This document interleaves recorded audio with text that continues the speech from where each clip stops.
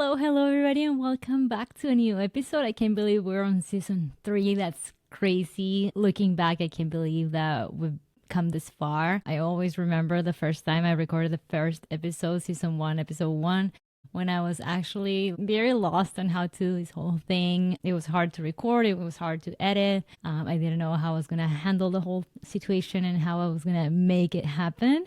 But here I am, starting season 3. I'm super proud. I'm not the kind of person that keeps track of any milestones, but I definitely think this is a great milestone, starting season number 3. It's been quite a journey, and I'm so excited if you're still here, if you started with the first episode and still around, or if you're just starting getting to know me and joined us recently, welcome. It's been quite a journey, and lately I felt more zen. I don't know why. I feel like everything feels more settled lately, especially probably since we got our green cards last year.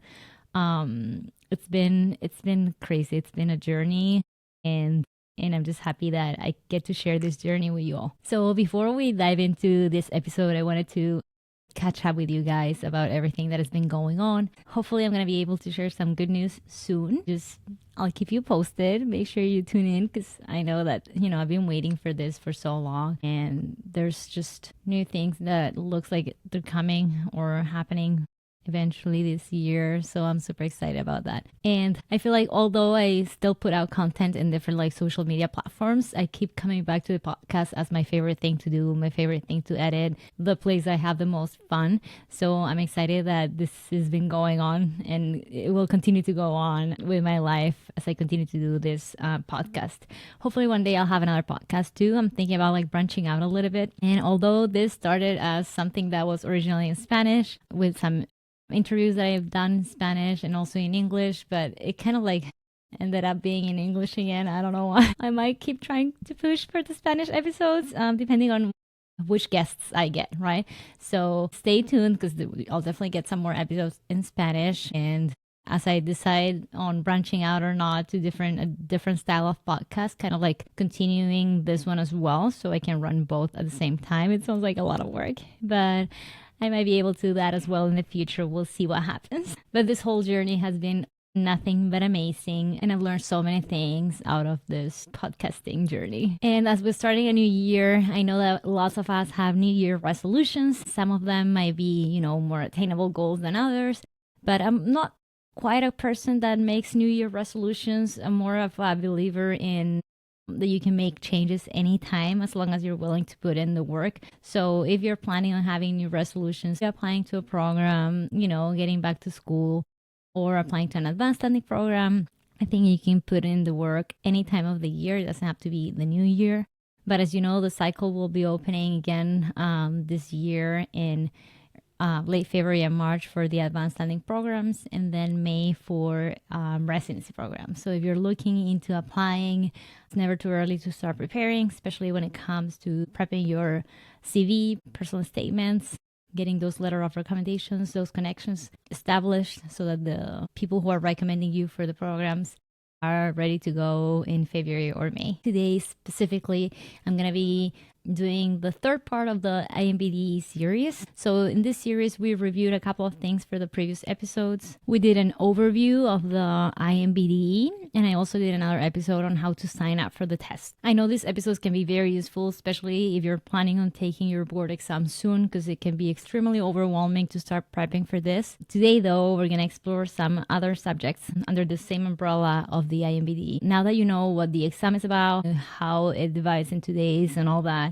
and you also know how to sign up for the test, it might be time to start studying. Today, we're going to review study tips and sources for the INBDE. So I'm going to give you all the tips and tricks on where to study from and how to do it and how to approach, because it can be a lot of content that needs to be reviewed for a single test that you're going to be taking. So that can get pretty overwhelming, especially if you graduated dental school a few years ago, if you're international, if you don't know how to approach this. I gotcha. We're going to go ahead and review all this. The INBDE is not just a regular test. It's a test that you need to pass in order to prove that you can be a dentist and that you can be ready to treat patients and that you have the basic knowledge that is needed in order to practice dentistry in the US. Therefore, it's very standardized and multiple choice, as we discussed before. I'm not great at taking standardized tests, It's something that I struggle a lot with, especially with when it's multiple choice. It's just, I don't know, it's just some of us are very great at doing this, and some people are just not. I'm in the group that I'm not. So I had to practice a lot, and I had to study a lot, and I had to train my brain to answer multiple choice questions.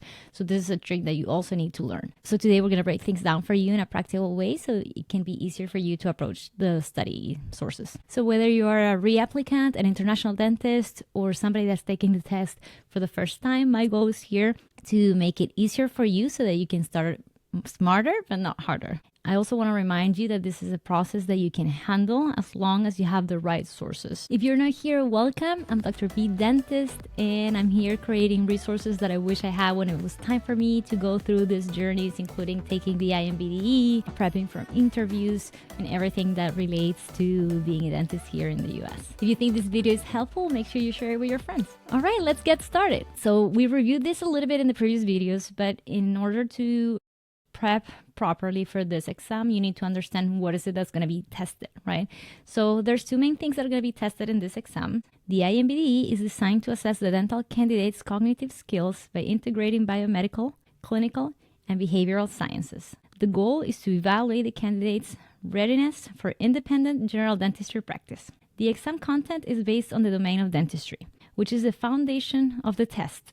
And it includes the following. It includes 56 clinical content areas covering practical tasks performed by entry-level general practitioners and 10 foundation knowledge areas that include basic sciences essential for understanding clinical tasks. This integration ensures that the content is clinically relevant and reflects the responsibilities of a general dentist practice. This integration ensures that the content is clinically relevant and reflects the responsibilities of a general dentist in practice. The clinical content area is divided into 3 sections that represent tasks that dentists must perform in practice. These 3 sections include diagnosis and treatment planning, which involves diagnostic activities like gathering medical histories, interpreting lab results, conducting physical exams, assessing the physiological and social influences of patients, and creating treatment plans. This area tests your ability to evaluate conditions, make diagnoses, and formulate treatment plan that is safe and effective. The second section is oral health management, which focuses on patient care delivery, including treatment provision, modifying treatment plans, handling complications, and assessing patient outcomes. You will be tested on managing both the planned treatment as well as any unexpected developments that may arise. And the third section, which is practice and profession, this section evaluates your understanding of systems and procedures that ensure effective and ethical practice. It includes topics on quality control, performance assessment, adopting new knowledge and technology, minimizing risks, and improving patient care or community health. If you want to learn more details about this, you can definitely check out my overview of the INBDE exam, where I break down specifically how each of the questions are structured and the whole overview of the exam. But today we're going to try to focus more on study sources for this. I also wanted to touch base on what the contents of the exam are, so that to make sure that you get a refresher of this before we go into what the study sources that I recommend are going to be. All right, so let's dive into the studying sources and tips. So when it comes to study, one of the most important things, especially when you're trying to digest all this information, which can be a lot. I know it's like the whole dental school in one test, right?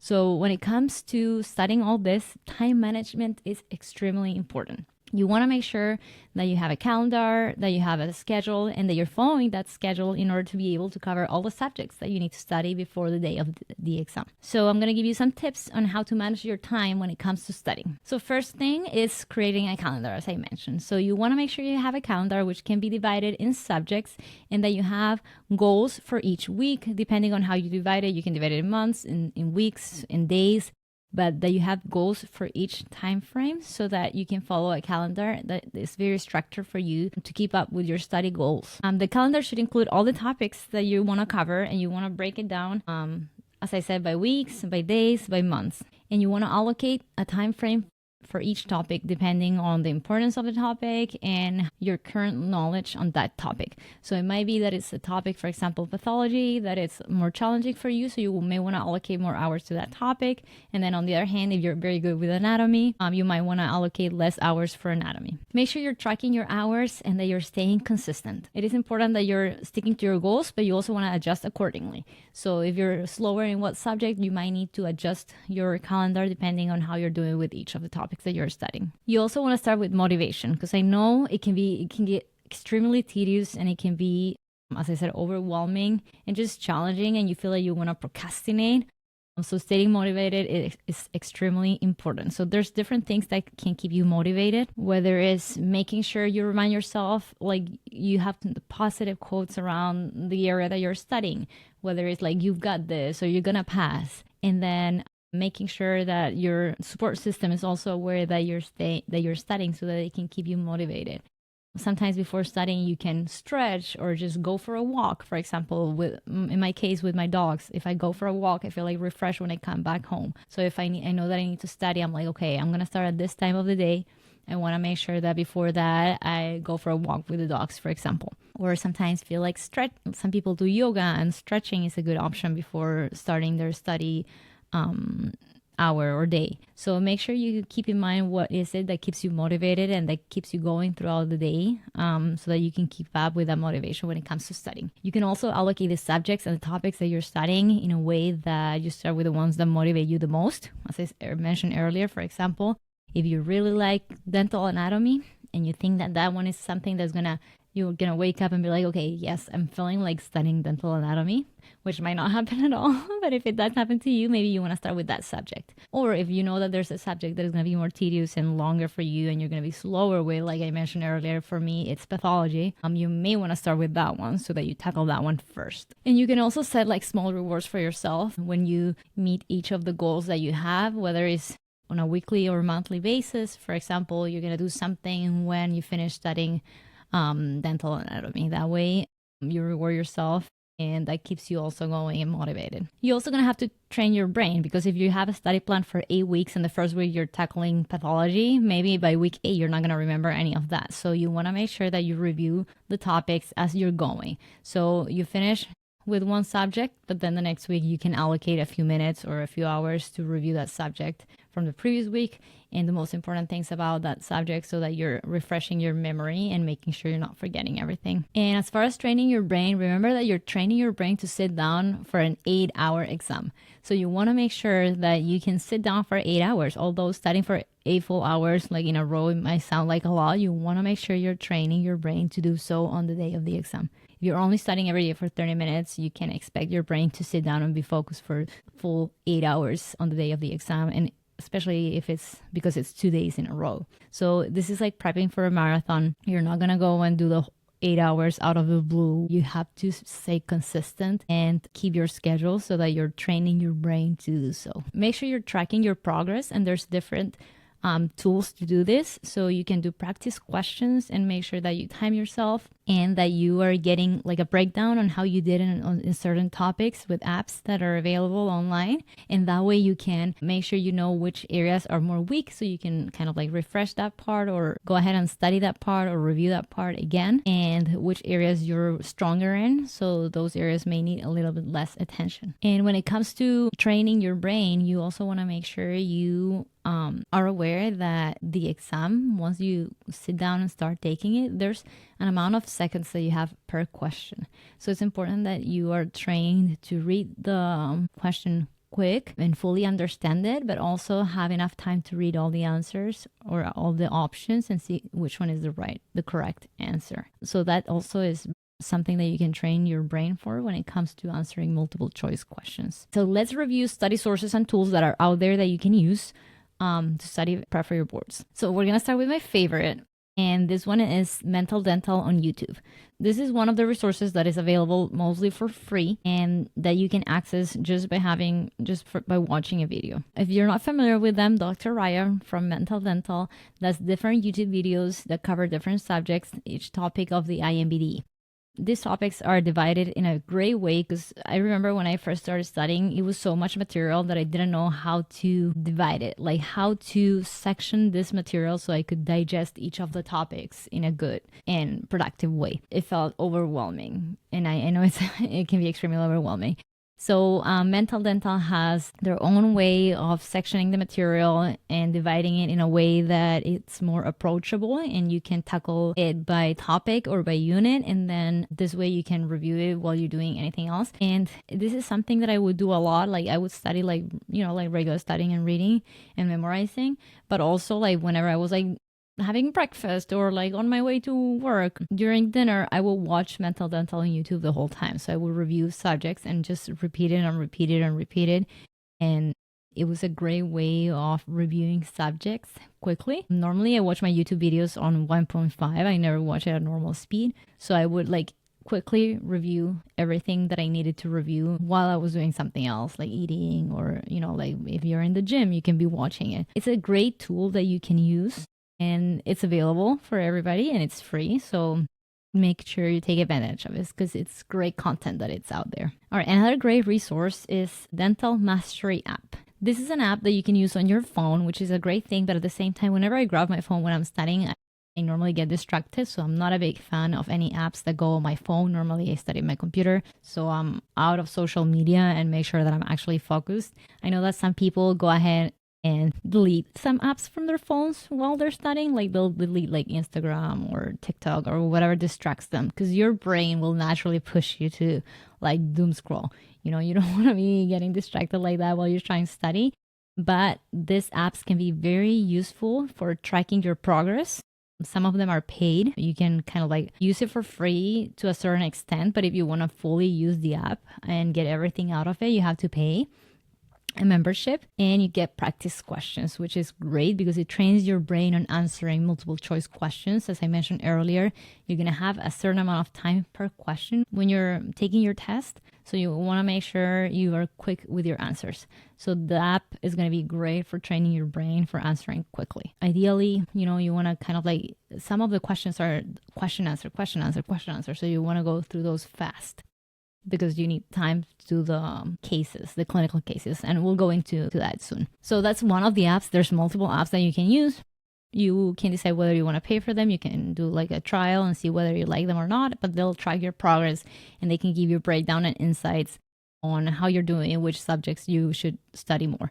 I feel like this is not a great option to start studying with. I would start with something else so that you already know the content when you start answering the questions. But that's just me. Like personally, I prefer to do that if you're the kind of person that has a very good memory and will remember the answers. If the questions like are repeated, then go for it. Then there's the dental decks. So the dental decks are flashcards that back in the day, when I studied, it was paper flashcards that you had to order and ship and stuff. So if you lived anywhere outside the US, you couldn't ship them to your house. So it was challenging to get them. But now they have the digital option, so you don't have to actually have the physical cards. These are flashcards that have different questions, but also it has the whole explanation and all the content on the other side of that digital flashcard. That way, if there's a question of a subject in particular, and then you can see the answer and all the explanation on why that's the correct answer. So this is very useful because it has all the content and all the information that you need to properly answer the question that they're giving you on that flashcard. And at the same time, they're also divided by subjects. So it makes it easier because you can, again, divide it in a way that it's, okay, I'm going to tackle anatomy today. So you review those cards. And then I'm going to do biochemistry, for example, and just tackle that. Depending on what is it that you're studying, you get the flashcards on that subject, which is perfect. All right. So because it's digital now, it's great because you can access them from anywhere. But the downside of this is that everything that is digital nowadays, it's membership based, which normally allows you to access the membership for a certain amount of time. So you pay the membership and you're okay, I'm going to study for the next 6 months. You pay it and then you have access for 6 months. But if for any reason you didn't take the test, you didn't pass or whatever, you have to pay again. It can get expensive. It ranges from $430 to $600, the membership for the dental decks. So it can get pretty expensive. Then there's a book called The First Aid for the INBDE, which is a book that you can get in paper and it's supposed to cover everything. In my opinion, it wasn't a good study resource for me. I mean, it's nice because sometimes you can buy it like used. You can find it like just buy it from somebody else who took the exam previously. But it wasn't my favorite thing. I felt like it was very vague and it didn't go into details about question and answer, kind of like studying style. I didn't like it. I don't. If you liked it, if you had a different experience, make sure you mention that. You can leave a comment or let me know. I wasn't a fan. And then there's something called Kaplan practice exams and review materials are useful for testing your knowledge, and also because it's practice questions, it kind of like gives you an idea on how the actual test would be. All right, so my recommendations are definitely the dental decks. I know they're expensive, but they're very good. And mental dental for sure. That one is chef's kiss. I love it. Go ahead and check those out because they're amazing. And then stick to one or two resources. You don't want to buy them all because you're not going to have time to review every single option out there. Make sure you choose the ones that fit you best, fit your needs, that fit your study style, and stick to those. As far as flashcards, well, the dental decks are the best option, but you can also make your own flashcards with certain topics so you can practice. I'm the kind of person that likes to study on paper. I print out everything. I know it's horrible to continue to do that, having everything, like having an iPad and everything, but I tend to print everything when it comes to studying because I need to highlight, I need to write. When I write something, I feel like it sticks in my memory for longer. Another great option to study is having a study group. So if you have any friends that are in the same boat that are planning on taking the exam, even if they're like far away, they don't have to be in your same city. You can always kind of like meet like FaceTime or meet remotely somehow and study together or do practice questions together. I think that's a great way of first having a support system where somebody else is going through the same and studying together, and two, a way to partner with somebody to study and practice for the test. And another thing that you can do if you have like a study group is sometimes you can get the membership together. For example, if you want to buy the dental decks and they're too expensive, maybe you share the price and you share your membership. So just, like a tip there if you want to check out those apps and they might be a little bit expensive. So when you're studying, you want to make sure you know what is it that you're going to be testing for, and you want to know the structure of the test because that way we reduce the anxiety because you know what you're going to be approaching, how it's going to be and everything. That's why we're going through this. That's why I'm creating this episode so that you walk into the exam and you already know what you're doing. You already know what's happening. All right. So I did review this into more detail in my overview episode of the INBDE. You can scroll down and find that one. I'm just going to touch base on it today in case you haven't watched that other episode. So it's important to know the structure of the test because this will help you have a better approach when it comes to studying and taking the test itself and answering your questions. So the test format of the INBDE consists of 500 multiple choice questions, and the exam, as you already know, it is spread in 2 days. You can, again, check the details on the overview video. Or episode, I should say. Day 1, which is meant to be for 8 hours, it's 360 questions. And day 2, which is 4 hours, it's 140 questions. Each day starts with an optional 15-minute tutorial. This tutorial is meant to explain to you how to navigate the test, like which button to press, like next question, previous question, how to select your answer, how to strike a word. When you're doing multiple choice, how to eliminate a couple of answers so that you're in between two. This tutorial is optional. And then there's a 15-minute optional survey at the end of the exam, which is meant to give them feedback on how the quality of the exam was, whether you could see the images, whether you could read the questions, everything related to giving feedback on how the exam experience itself was for you on that day. There's going to be different kind of questions. Some questions are going to be a patient box and are going to have a patient box and a dental chart attached to them. And this can include a chief complaint, medical history, medication, allergies, dental history, current findings, but not all the information on this patient box is going to be relevant. So you want to make sure you're focusing on the details that answer the question and not everything else. So for example, sometimes they're going to give you the whole medical history, medication, allergies, the findings, blah, blah, blah, blah, blah. And then you go question number 1 of that patient box is going to be like, what bacteria does this? Or what toothpaste has this component? And you're going to be like, okay, what is that? How is that related to the question box or the patient box that I just read through? It's not related. So you lost a lot of time reading through all the medical history, all the medication, all the allergies of the patient, and then maybe none of the questions are going to be related to that. So you want to read the question first, and then you want to open the patient box and see where in that patient box or where in that information the answer to that question is. It might not even be related. So don't waste your time reading the whole thing if you haven't read the question first. And then you're also going to have dental charts. So there's going to be some questions that are going to be attached to a dental chart.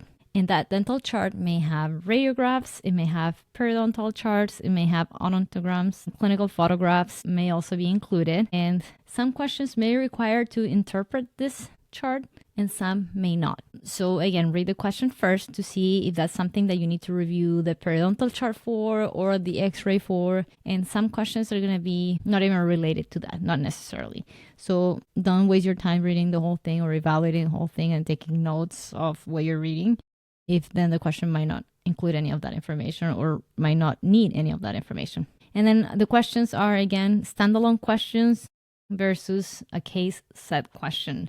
So the standalone questions are independent of each other, which are the first 300 questions of day number 1. And this means that they don't relate to any other question. And then you have the case set questions, which are related and focus on a single patient. And the remaining questions on day 1, which are 60 questions, and the full day 2, which is 140 questions, are all case sets. So they're all going to have, whether it's radiographs, periodontal chart, allergy, any sort of medical history, chief complaint. So this is why it's so important that you know that you don't have to necessarily read all of these cases to their full extent. Check out the questions to see whether or not you need to check something into those case sets. There will be 6 to 8 questions associated to each of those patient charts. So make sure you're approaching these questions wisely so you don't waste your time reading something that is not going to be useful to answer the question. That will be my best recommendation to give you. All right. So you are preparing yourself for a marathon. Yes, it is a marathon. So you need to practice. You need to prep. You don't want to expect yourself to just show up and run all that, right? Or expect your brain to perform without prepping. So make sure you prepare. So you want to make sure you start early, okay? You don't want to run out of time when it comes to studying. You want to make sure you have enough time. So you want to create that calendar that I mentioned. You want to see, even before you sign up for the test, you want to see like, how long do you think it's going to take you to cover all these subjects? Because your case may be different. Maybe you're a full-time student. Great. So you're studying most of your time. Maybe you work full time. Maybe you have kids. Maybe you need to support your family. Maybe you have 2 jobs. So it's different scenario for everybody. Don't compare yourself to others. It's different for everybody. So based on your specific scenario, how long do you think it's going to take you? Sit down and put together a calendar and say like, okay, these are the topics that I need to cover. These are the ones that are more challenging for me, and this is how much time I think I'm gonna need to prepare. The INBDE covers a lot of content, and you want to make sure you have enough time so you're not rushing through it. So be smart about your planning. Make sure you stick to your study schedule and be disciplined about it. So follow a detailed schedule. Make sure you include everything that you're gonna need in this schedule and be mindful of your particular scenario when planning for it. And regardless of if you're studying full-time or not, you want to make sure you divide your time into 45 minutes of studying and then a 5 to 20 minute break in between, because also you don't want to experience burnout, because then you're not going to retain any information if you're burnt out. And make sure you're creating good study habits. So there's a lot involved when it comes to studying. Whether you perform better or worse while you're studying is going to depend on what are you doing surrounding or during the rest of the day. So your sleep schedule, your sleep hygiene, how I like to refer to that. Are you going to bed at a similar time? Are you scrolling in your phone at night? Are you waking up at the same time every day? Are you following your schedule with everything else? Are you staying active? Are you protecting your mental health and your physical health? Are you working out and making sure you stay active, whether it's going for a walk with your dogs, as I mentioned earlier, or hitting the gym in the morning? Whatever works best for you. You know yourself better than anybody else. So make sure you're staying consistent, you're disciplined, but you're also taking care of yourself, because it can be extremely draining. We end up eating like junk food because you don't have time to cook, and then you're going to bed late because you're studying, drinking a lot of caffeine, which can be also harmful. So just, take good care of yourself, stay hydrated, stay healthy, take care of your mental health so that you get to the finish line, which will be actually taking the exam, encouraged, empowered, prepared, and ready. Okay. So other considerations that you want to make sure you have when it comes to approaching a huge task like the INBDE is if English is your second language. Although they're not really going to be testing your English during the INBDE, you need to have a certain level of English to be able to approach the exam and answer the questions right. You need to understand what the questions says, and then you need to understand which answer says what. So there's some vocabulary that you need to be able to manage and understand in order to successfully take the test and understand it. So you don't want to fail because you didn't understand what they were saying, right? So although they're not going to be testing your English, you need to be proficient in your language skills in order to approach the test and successfully pass it. With that being said, you don't have to be an expert, but this test is not available in any other languages. For example, when you go to take your driver's license test to the DMV, you can take it in English or in another language. They have an option of translating it for you. You can just click it and it'll be available in your own language. Unfortunately, with the INBDE, it's only in English. So if for any reason you don't feel like you're proficient enough in English to take a test fully in this language, then make sure you prep or you improve your knowledge in the language first. A good way of knowing your level of your language skills would be by taking the TOEFL exam, which is an English test that you can take to see how proficient you are with your English. If knowing how everything's gonna be makes you feel more confident for taking the test, the Prometric testing centers have the option of doing a test drive simulation where you go to the Prometric center and they will do everything like if it was the day of your exam, and then you take a 30-minute test to kind of like get the groove of what's going to be happening that day. This is not mandatory. You can do it if you want to. You do have to pay extra for this. I feel like after watching my videos, you don't really need to do that because I'm already walking you through everything that the test or everything that's going to happen with the test or during your test. So I don't think you need it, but if that makes you feel more comfortable, just go for it. So you will need to pay $40 to do this, and this would allow you to simulate the INBDE testing experience. This test drive will include the following. It includes scheduling and registration, simulating the real test check-in process. So when you show up to the test and everything that it entails checking in for the test. Introduction to the staff. So you're going to meet the staff and get comfortable with the testing environment. You're going to see how everything looks like, what the lab looks like, what the checking desk looks like, where the parking is, everything that you need to know. And then there's going to be a live 15-minute sample test. So this is not going to be INBDE specific, but it provides a sense of what the real life test will feel like. You can schedule this online with Prometric, and you can also check online the pricing and more details and whether your test center offers this or not.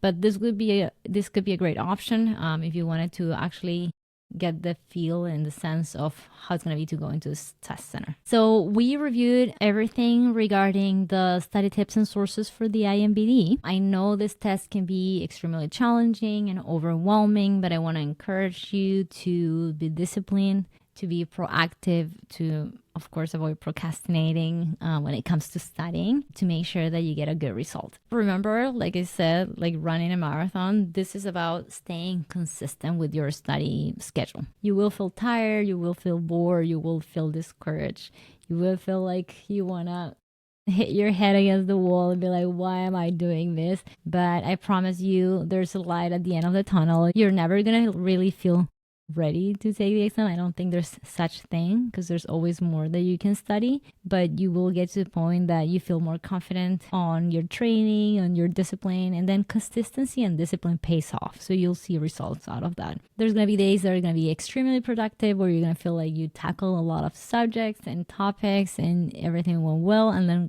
there's going to be days that you feel like you did awful, like you didn't study enough, or that you did study and you spent all these hours but nothing really kind of like stick in your memory or in your brain. That's just normal and it's part of the process. Remember that progress is about putting a little bit of effort every single day and staying consistent. It may feel like some days you did just like 30 minutes and on a different day you did 8 hours, but at the end of the day, when you finish all your studying, you're going to see that like a little bit by little bit, you got to the point that you want it to be. Make sure you trust your calendar, make sure you trust yourself, and make sure you stay consistent. And every single step that you take, whether it's one flashcard or reviewing the app for 30 minutes every single day, that's just progress and adding up to your goal. And before we wrap it up, the last thing, the very important thing that I want to repeat and remind you about is your mental health. This can be extremely challenging. It can be extremely exhausting. and discouraging at times, but make sure you're taking good care of your mental health, whether this is like having actual therapy, or just, like staying in touch with nature, with any sports that you do, with your family, staying connected. Don't isolate yourself, because studying it can be a lot, and burnout can be something that you experience as you're studying for this, especially if you are retaking the test. Maybe this is not going to be your first time taking it, and you already have that failed attempt in the back of your mind that is like haunting you. It's very important that you keep up with your mental health, that you check in with your friends, with your family, with professionals if needed, because as I know, it can be extremely challenging, and I want to make sure that you're taking good care of yourself, so that the day of that test, you're strong, you're confident on your knowledge, and you're not doubting yourself. We will have another episode coming up about the INBDE. This one is going to be about the day of the exam, so everything that you're going to expect when it comes to that day of the actual exam. So you're already prepared, you're there, you have your appointment, there's a date in the calendar for your exam. What happens when you show up the day, and what happens the night before? That's what we're going to be reviewing next time. Once again, thank you so much for joining me today on this episode. I hope this was helpful. Again, I'm trying to create content that I wish I had when I was taking the exam, a video that I wish I could have watched and that could have walked me through everything that was going to happen. I hope you like it. Let me know if there's anything else that is interesting that you would like to hear about. And thank you so much for joining us today. Have a good day. Bye.